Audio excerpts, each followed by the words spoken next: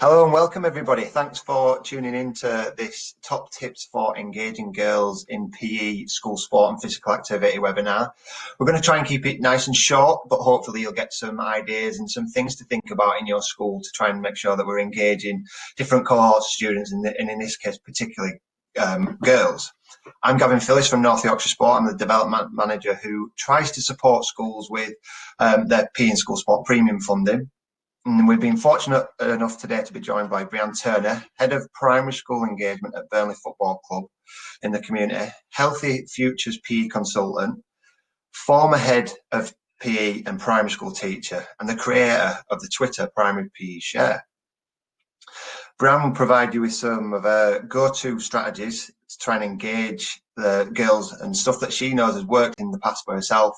Now, I would always say that this is a way. It's not necessarily the way, but it's a way that's worked for Brianne with her expertise. First, what we wanted to do would just start with some of the stuff that we know, some of the insight that we have from Sport England Active Life survey. So we know that up until COVID kicked off, we were bucking the trend and starting to increase physical activity levels, but there's always been the inequalities there. And from within the reference of girls, from the age of 5 up, boys were doing more activity. So it's something that we need to try and address as best we can within schools. And whilst there has been increases, girls still seem to be remaining lower than boys, and that's from the age of 5 up. So the more we can do in primary school settings, the better. And the reasons for this are fear of judgment, lacking confidence, not having enough time, and there's a range of practical and emotional pressures that stop many females throughout age groups being physically active. Now, that's kind of enough from me. There'll be the opportunity at the end to ask some questions to Brianne, but she's just going to go through some of her top tips for the way that she engages girls and the way that she has engaged girls. Over to you, Brianne. Please, did you move? Oh, you've done it. I was about to ask you to move the slide on. You beat me.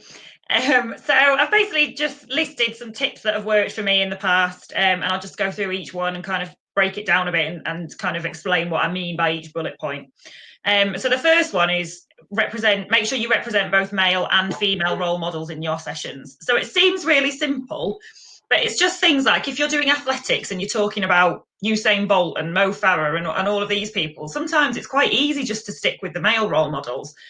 So just make sure you also talk about Dina Asher-Smith, Laura Muir, and all these other people, all these other women and girls that are also doing the same sports, because it can be quite subliminal, where actually the girls will sit in your sessions and think, oh well, I can't do it then, because it's all boys that have been talked about here. So make sure you talk about different role models of different genders. And it comes down to things like even team sports.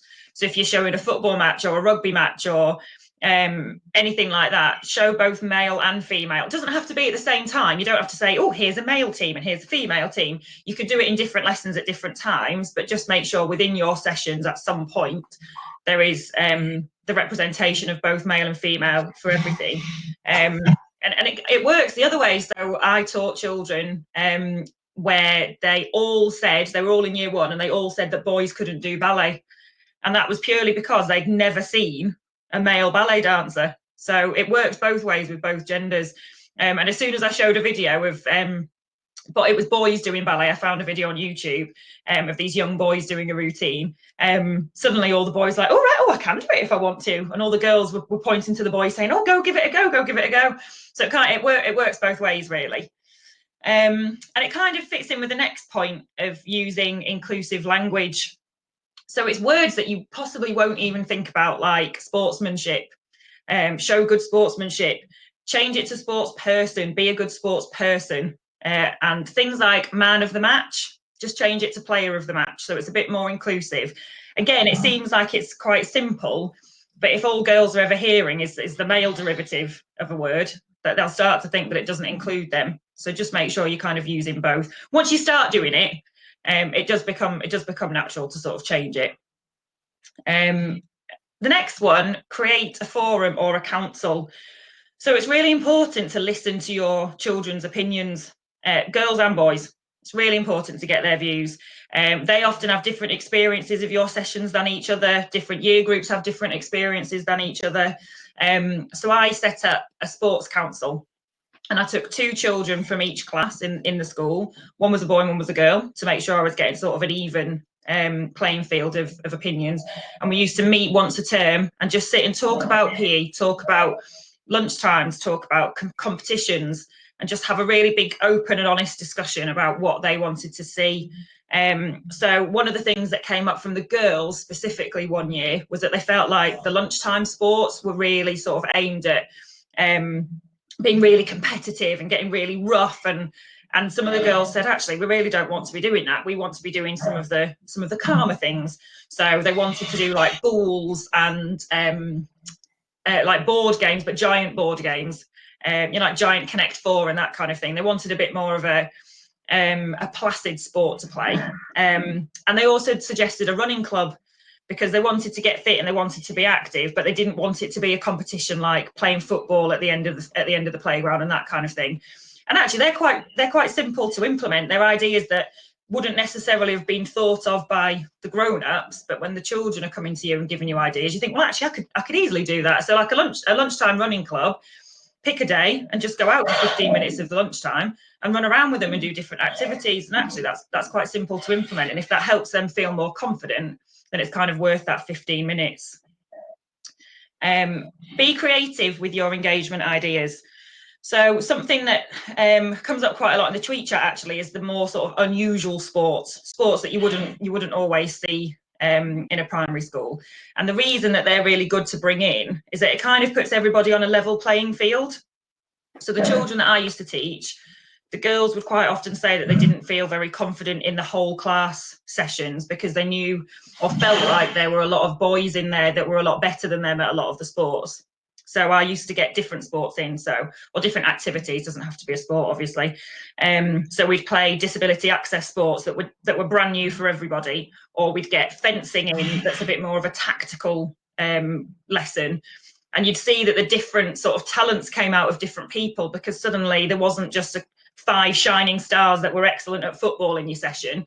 Actually, none of them had ever done fencing before. None of them had ever done shuffleball before. And if they all start on this level playing field, just really helps them feel a bit more confident with what they're doing and giving it a bit of a go. And actually, yeah, like I said, you might find somebody has a real talent for one of these sports. They've never been exposed to it before, and actually they might end up being a fantastic fencer or a fantastic squash player that you haven't ever seen before. Consider split gender clubs. So it won't be appropriate for all schools. Some schools won't need to do this, but with the school that I was teaching in, the girls said that they wanted it. They said that they didn't feel confident sometimes playing in PE with the boys. They felt like they didn't get a chance to shine and show their expertise and what they could do. So I kind of took a 2-pronged attack to this. I implemented a girls only lunchtime club that was specific to increasing their confidence, self-esteem and teamwork abilities. So it was really, really simple activities like one of you, you're in pairs, one of you's blindfolded and the other one's got to help you get to the other side of a simple assault course. So it's talking about you have to communicate, you have to speak, you have to get your voice heard.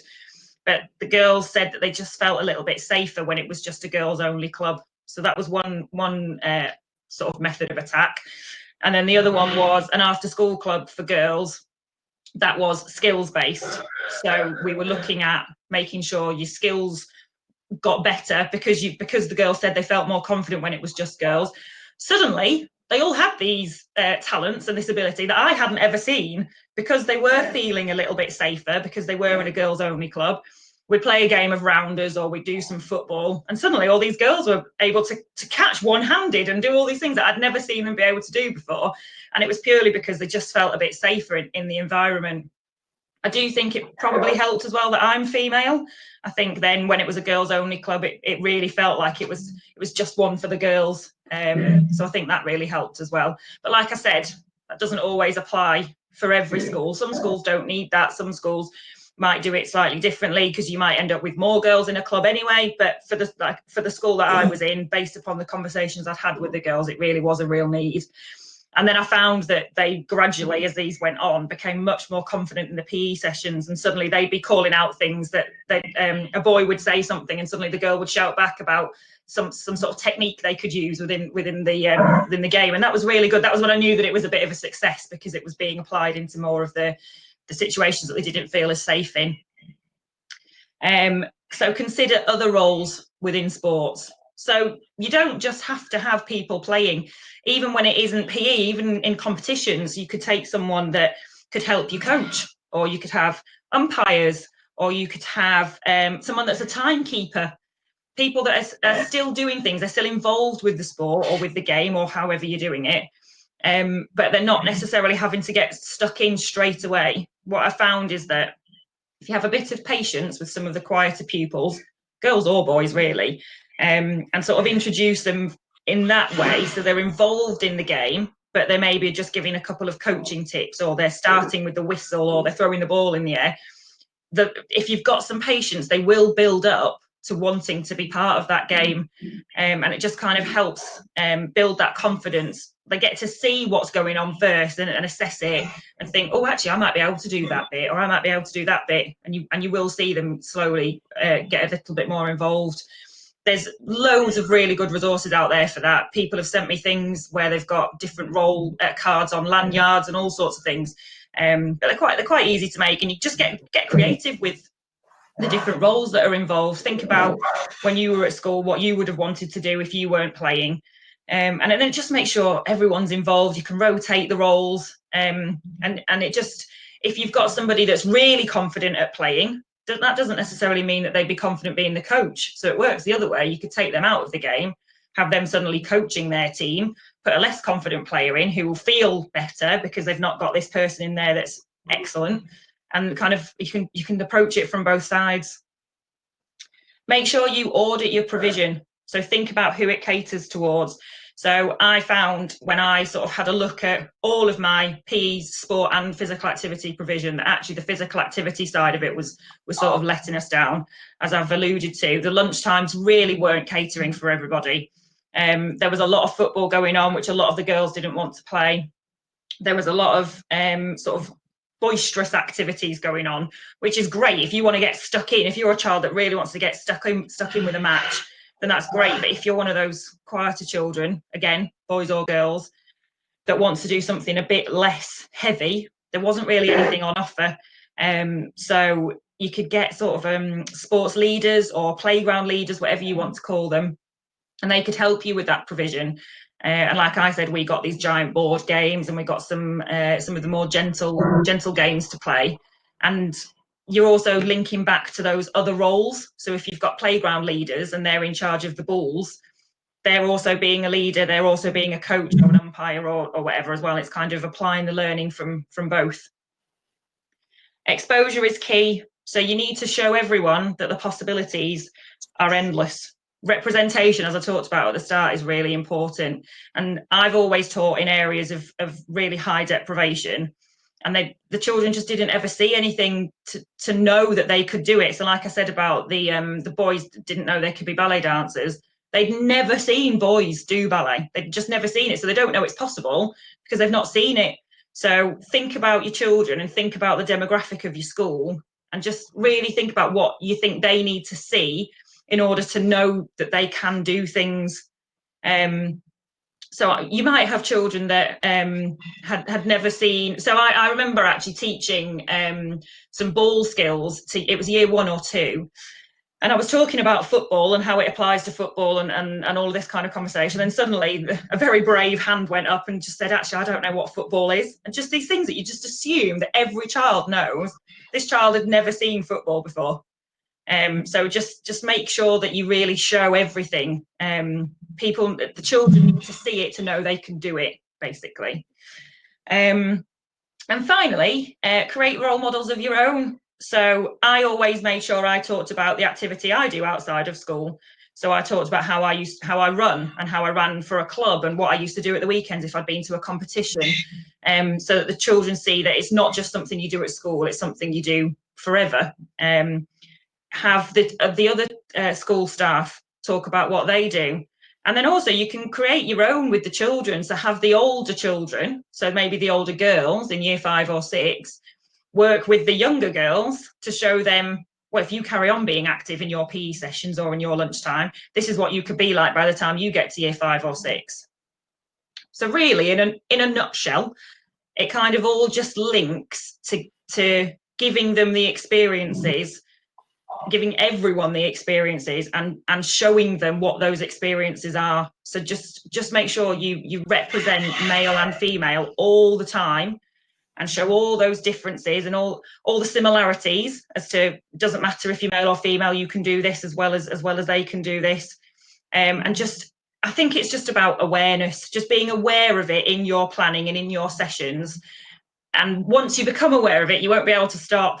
And you'll think, oh, I've just shown a male runner, I need to show a female runner next time, and it will just become natural. Brilliant, thank you. So there's the opportunity now, if anybody wants to ask any questions, just to put it in the comments box, just whilst we've got Brianne here. What I quite liked about that is actually the majority of those are transferable to whichever target group you're looking at, whether it be inclusion or black and ethnic minorities. It doesn't really matter. You can use some or all of those to try and implement any kind of targeted provision that you're looking for. Hopefully, you'll have found that useful, and a few things there that you can take away to your schools. So yeah, if there is any questions, if you'd just like to pop them in there. If not, that's fine. We will be putting this recording on the North Yorkshire Sport website and get it sent out as well to everybody that's registered.